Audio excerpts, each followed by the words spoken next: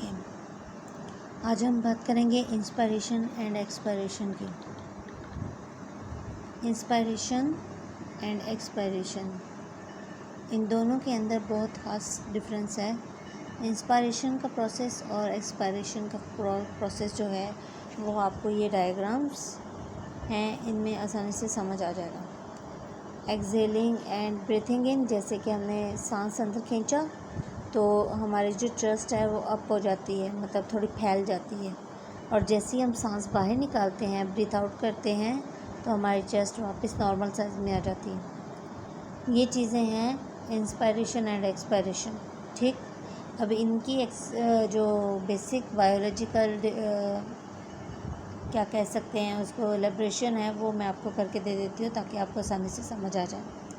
अच्छा, मैं बुक का इस्तेमाल सिर्फ़ इसलिए कर रही हूँ ताकि आपको आपकी बुक के हिसाब से भी चीज़ें समझ में आएँ, क्योंकि ज़्यादातर बच्चे बुक कंसल्ट नहीं करते हैं, क्योंकि उनको बुक में से कई वर्ड्स नहीं पढ़ने आते और फिर उनको कई चीज़ें उनमें से समझ नहीं आती। वैसे तो उनके कॉन्सेप्ट क्लियर हो जाते हैं, लेकिन ये कि उनको फिर बुक के अंदर से कैसे आंसर निकाला जाए ये चीज़ समझ नहीं आती।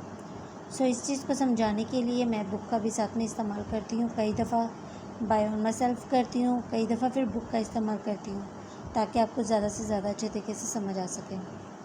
तो इंस्पायरेशन क्या है? It is a process through which atmospheric air is directed through the air passageways up to the alveoli in the lungs. यहाँ पे नोटिस करें क्या होगा, एक ऐसा पैसेज जिसके ज़रिए से जो एयर है वो डायरेक्टली भर जाएगी इन छोटे छोटे बैलून्स के अंदर। ये बैलून्स आपको मैंने बताया था कि ये हमारे पास क्या है, एल्वियोलाइज हैं। ठीक है, जो कि क्या करते हैं, बैलून की तरह होते हैं छोटे छोटे गुब्बारे, जो कि जब हम हवा अंदर लेके जाते हैं अपनी बॉडी के अंदर, तो लंग्स के अंदर जाके हवा इनके अंदर सैक हो जाती है, इन सैक्स में भर जाती है और ये क्या कर जाते हैं, फूल जाते हैं, मतलब अपने साइज से अपग्रेड कर जाते हैं। It involves contraction of intercostal muscles and diaphragm. ये क्या है, इंटरकोस्टल मसल्स, इनके अंदर ऐसे मसल्स होते हैं जो कि इस डायफ्राम, जो कि हमारे चेस्ट का ये वाला पोर्शन है, इसको बढ़ाने में हेल्प कर सकते हैं, मतलब इलास्टिसिटी टाइप के मसल्स हैं। As a result the volume of thorax chest is increased thereby decreasing the pressure of air in lungs. जैसे प्रेशर हमारे लंग्स के अंदर जाएगा तो ये क्या हो जाएगा, हमारा चेस्ट इंक्रीज़ कर जाएगा। So the external air rushes inside from high pressure to the low pressure. फिर जब हम सांस अंदर खींच के रोकते हैं तो आपने कभी नोटिस किया होगा, कुछ लोग बड़े स्ट्रॉन्ग होते हैं इस मामले में। सांस रोक लेना हर एक बंदे की जो है ना वो बस की बात नहीं। सांस रोकता, फिर चेस्ट को जाहिर सी बात चेस्ट हवा से भरी हुई है, फिर वो जो प्रेशर है चेस्ट का वो बाहर वाले एयर प्रेशर को नहीं मैनेज कर पाता, कि ऐसा होता है कि ये वाला जो प्रेशर है फिर हमारे दिल को घुटन भी देता है। सांस लेना और सांस छोड़ना एक अमल है, आना हवा का और जाना हवा का, यानी कि O2 लेना, CO2 जो है ना छोड़ना, ये एक रिदम बनी हुई है। इस रिदम को अगर हम ओवर कंट्रोल करेंगे, हम सांस लंबे अरसे तक रोकेंगे, तो देन ये वाला प्रेशर जो है वो क्या करेगा, हमारी बॉडी को नुकसान देगा। या हो सकता है कई लोग जो हैं वो सांस घुटने की वजह से मर जाते हैं, दिल का अटैक हो जाता है, या फिर उनको कुछ चक्कर वक्कर आ जाते हैं, इस तरह की भी चीज़ें इनके अंदर पाई जाती हैं। तो ये समझना है आपको कि प्रेशर इक्वल रहना चाहिए, सांस का आना और सांस का जाना दोनों इक्वल रहने चाहिए। So the external air rushes inside from high pressure to the low pressure, the lungs gets expanded in this way. अब लंग्स क्या करेंगे, इसको एक्सपेंड करेंगे इसी तरीके के साथ, हवा को लेना और हवा को छोड़ना, हवा का इन होना, हवा के एक्सटर्नल वे में चले जाना। देन एक्सपायरेशन की भी वही सेम है, जैसे इंटरनल हवा का अंदर लेके जाना इंस्पायरेशन है, इसका उलट एक्सपायरेशन है। आपको समझ आ जाएगी आसानी से।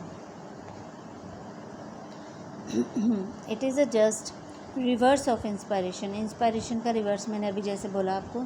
During this process of air moves out from the lungs, both intercostal muscles and diaphragm are relaxed. This moves the ribs inside and diaphragm becomes flat. जैसे ही हमने अपनी हवा का जो हमने अंदर ली हुई थी, हमने उस एयर को बाहर ड्रॉप किया, एक्सपायरेशन हुई, तो वापस हमारा चेस्ट क्या हो जाएगा, फ्लैट हो जाएगा, नॉर्मल हो जाएगा। Both the activities depress the chest inside the volume of thorax cavity, यानी कि chest is decreased causing an increase upon the pressure on lungs. अब ये क्या करेगा, इस प्रेशर को चेस्ट की रिब्स जो हैं वो मैनेज करेंगी। हवा का अंदर आना और हवा का बाहर जाना, ये भी चेस्ट की रिब्स जो है ना वो इसको कंट्रोल करेंगी। जैसे गुब्बारे के अंदर एक्स्ट्रा एयर भर जाए तो क्या होता है, वो फट जाता है ना, तो हमारी रिब्स जो हैं वो इसको एक्स्ट्रा फूलने से क्या करती हैं, बचाती हैं। अगर ये एक्सेस ऑफ एयर इसमें आ जाए तो हमारे लंग्स फट भी सकते हैं, जैसे बैलून फट जाता है। ये इसको कंट्रोल करने के लिए रिब्स जो हैं हमारी वो क्या करेंगी, बहुत अच्छा किरदार यहाँ पर देंगी और हमारे लंग्स को सेफ रखेंगी, चोट लगने से भी महफूज रखती हैं। लड़ाई झगड़ा हो जाए तो रिब्स की वजह से हमारे लंग्स पे कोई ज़्यादा असर नहीं होता। This force the air present in lungs to outside through the body.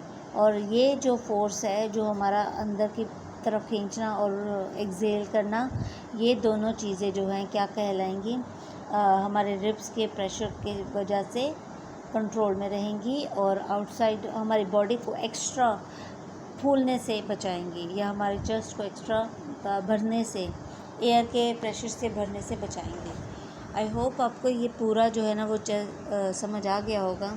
ये चेस्ट एक्सपेंडेड है, जैसे हमने एयर इन की है तो ये फूलना यानी कि आउटसाइड्स की तरफ मूव करना शुरू हो गए। रिब्स दोनों में सेम है, लंग्स हैं, डायफ्राम है, ये पूरा एरिया डायफ्राम कहलाता है।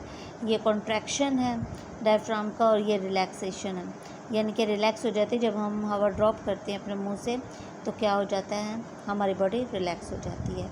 आई होप आपको ये डायग्राम और ये तमाम चीज़ें समझ में आई होंगी और ये इन दोनों का डिफरेंस जो है वो आसानी से समझ आ गया होगा। नेक्स्ट मिलते हैं नेक्स्ट वीडियो में। Thank you so much.